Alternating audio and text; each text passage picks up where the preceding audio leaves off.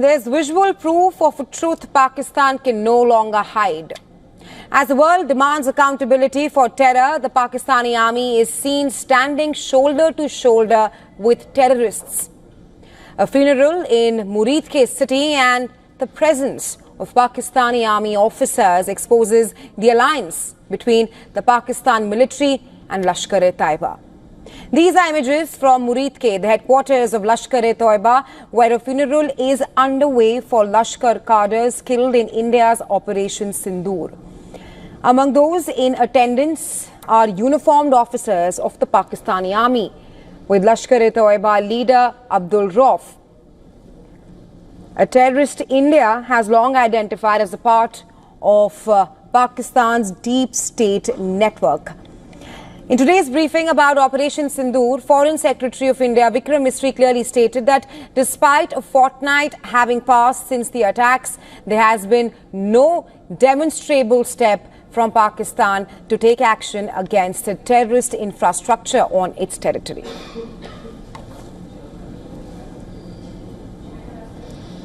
Investigations into the Pahalgam terror attack have brought out the communication notes of terrorists in and to Pakistan.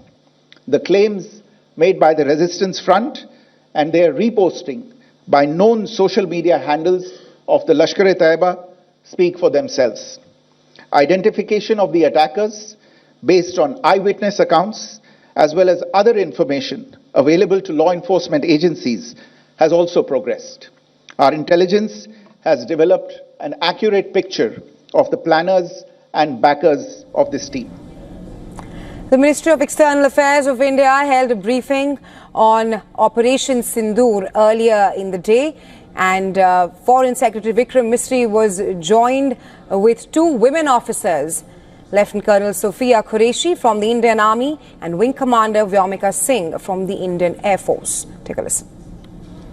Good morning. Thank you all for joining this briefing. As you are all aware, on April 22, 2025, Pakistani and Pakistan-trained terrorists belonging to the Lashkar-e-Taiba carried out a savage attack on Indian tourists at Pahalgam in Jammu and Kashmir in India. They murdered 26 people, including one national of Nepal, causing the largest number of civilian casualties in a terrorist attack in India since the 26 November 2008 attacks in Mumbai. The attack in Pahalgam was marked by extreme barbarity, with the victims mostly killed with headshots from close range and in front of their families. Family members were deliberately traumatized through the manner of the killing, accompanied by the exhortation that they should take back the message. The attack was clearly driven by the objective of undermining the normalcy returning to Jammu and Kashmir. In particular, it was designed to impact the mainstay of the economy, tourism, with a record 23 million tourists visiting the valley last year. The calculation presumably was that harming growth and development in the Union territory would help keep it backward and create fertile ground for continued cross-border terrorism from Pakistan. The manner of the attack was also driven by an objective of provoking communal discord, both in Jammu and Kashmir and the rest of the nation. It is to the credit of the government and the people of India that these designs were foiled. A group calling itself the Resistance Front has claimed responsibility for the attack. This group is a front for the UN-proscribed Pakistani terrorist group Lashkar-e-Taiba. It is notable that India had given inputs about the TRF in the half-yearly report to the monitoring team of the UN's 1267 Sanctions Committee in May and November 2024, bringing out its role as a cover for Pakistan-based terrorist groups. Earlier too, in December 2023, India had informed the monitoring team about Lashkar and Jaish-e-Mohammed operating through small terror groups such as the TRF.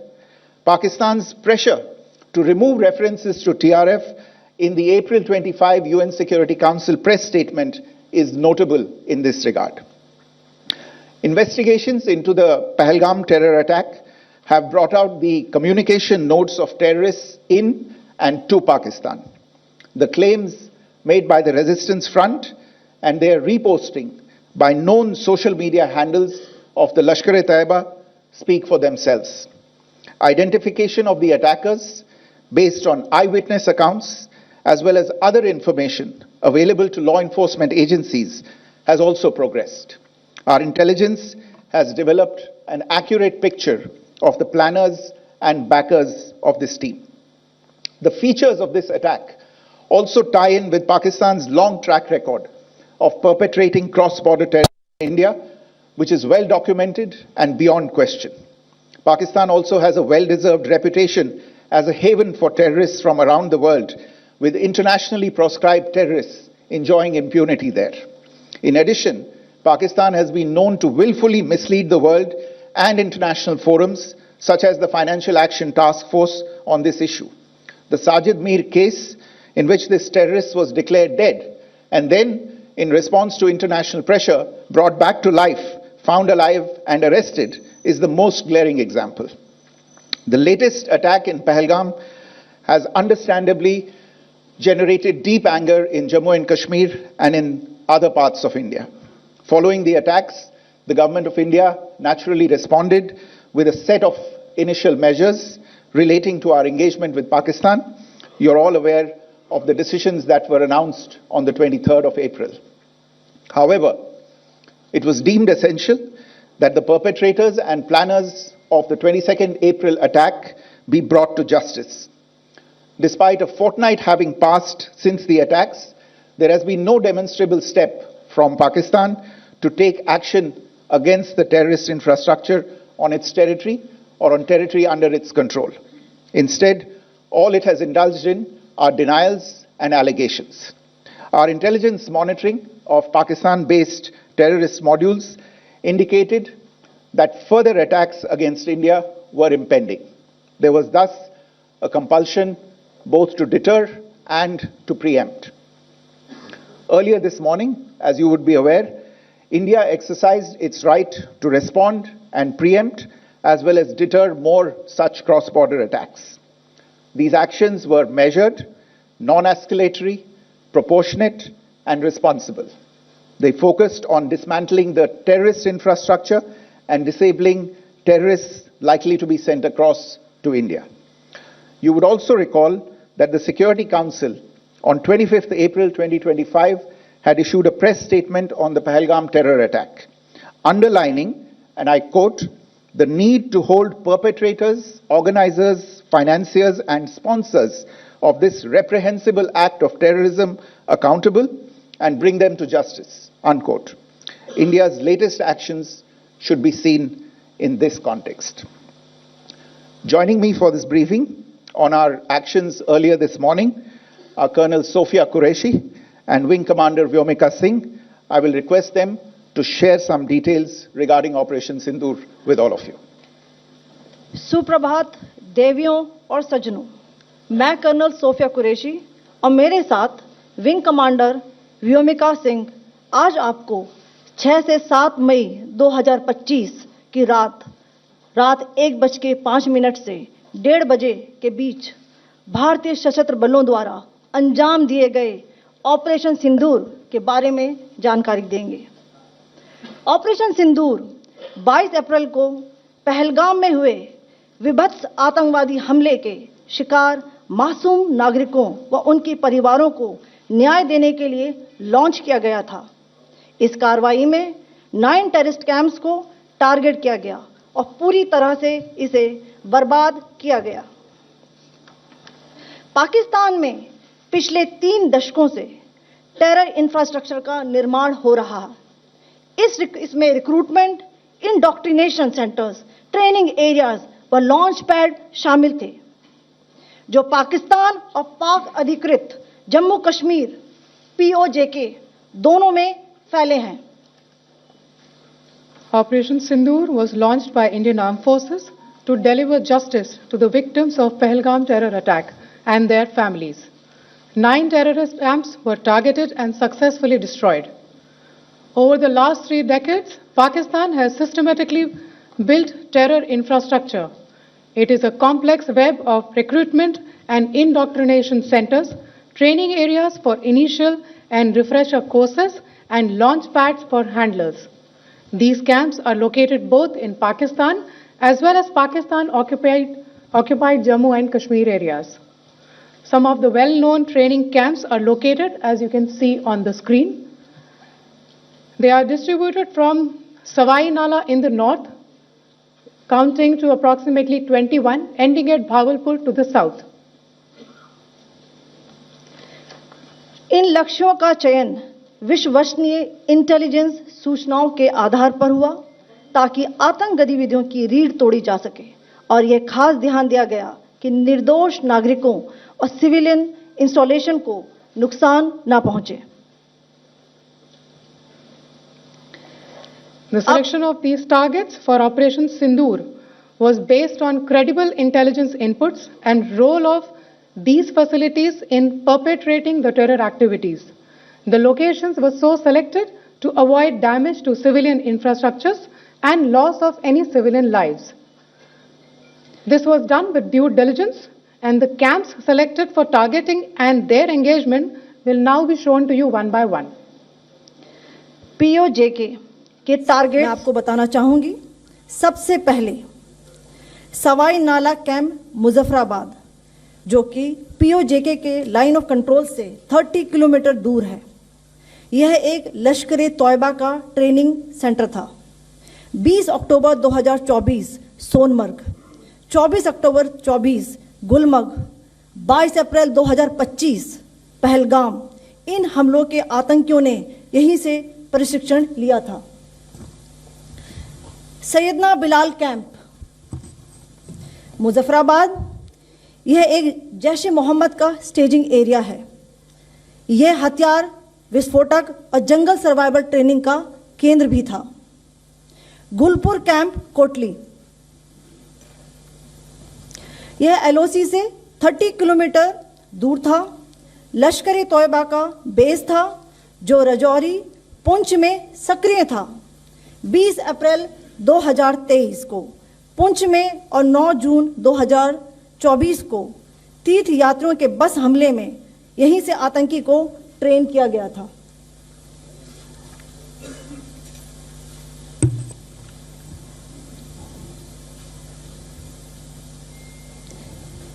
Barnala camp Bhimber, यह LOC से 9 kilometre दूर है. यहां पर हथियार, handling, IED व जंगल survival का प्रशिक्षण केंद्र था. अब्बास कैंप कोटली,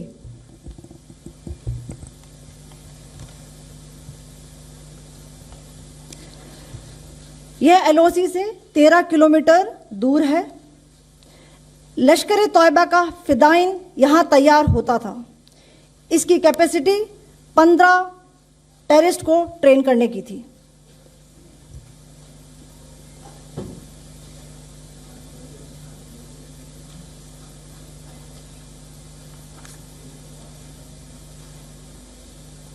अब मैं पाकिस्तान के अंदर के टारगेट से अवगत कराना चाहूंगी.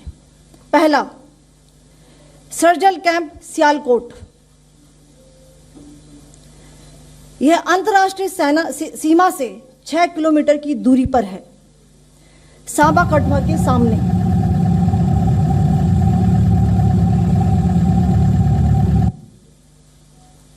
मार्च 2025 में जम्मू एंड कश्मीर पुलिस के 4 जवानों को की जो हत्या की गई थी, उन आतंकवादियों को इसी जगह पर ट्रेन किया गया था.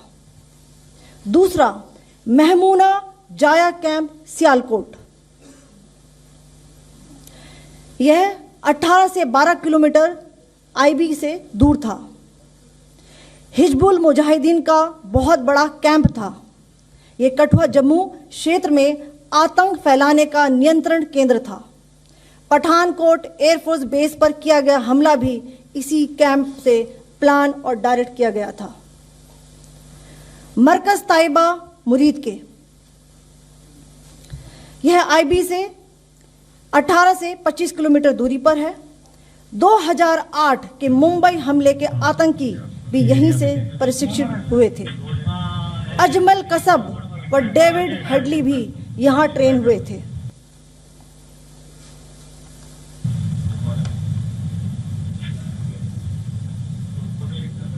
ये दूसरा आया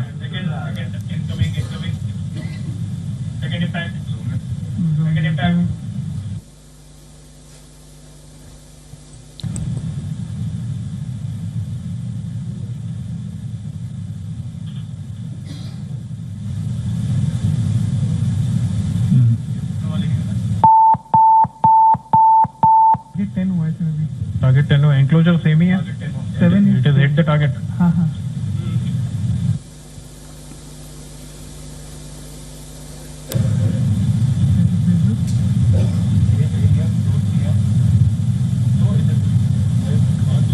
हो गया सर इम्पैक्ट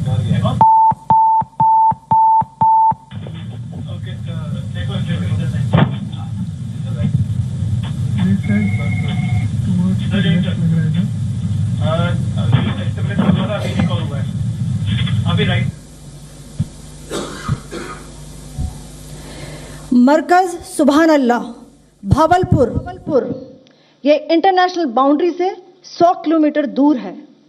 जैश ए मोहम्मद का मुख्यालय था। यहाँ पर रिक्रूटमेंट, ट्रेनिंग व इंडोक्ट्रिनेशन का केंद्र भी था। शीर्ष आतंकी अक्सर यहाँ आते थे। मैं आप सबको बताना चाहती हूँ कि किसी भी सैन्य ठिकाने का निशाना नहीं बनाया गया और अभी तक किसी तरह की नागरिक क्षति की रिपोर्ट नहीं है। धन्यवाद। जय Hind. The strike on the terror camps were undertaken through precision capability, as shown to you. A niche technology weapons with careful selection of warheads was ensured so that there will be no collateral damage. The point of impact in each of the target was a specific building or a group of buildings. All the targets were neutralized with clinical efficiency, and the results reiterate the professionalism of the Indian Armed Forces in the planning and execution of their operations. No military establishments were targeted. India has demonstrated considerable restraint in its response. However, it must be said that the Indian Armed Forces are fully prepared to respond to Pakistani misadventures, if any, that will escalate the situation. Jai Hind, and thank you very much.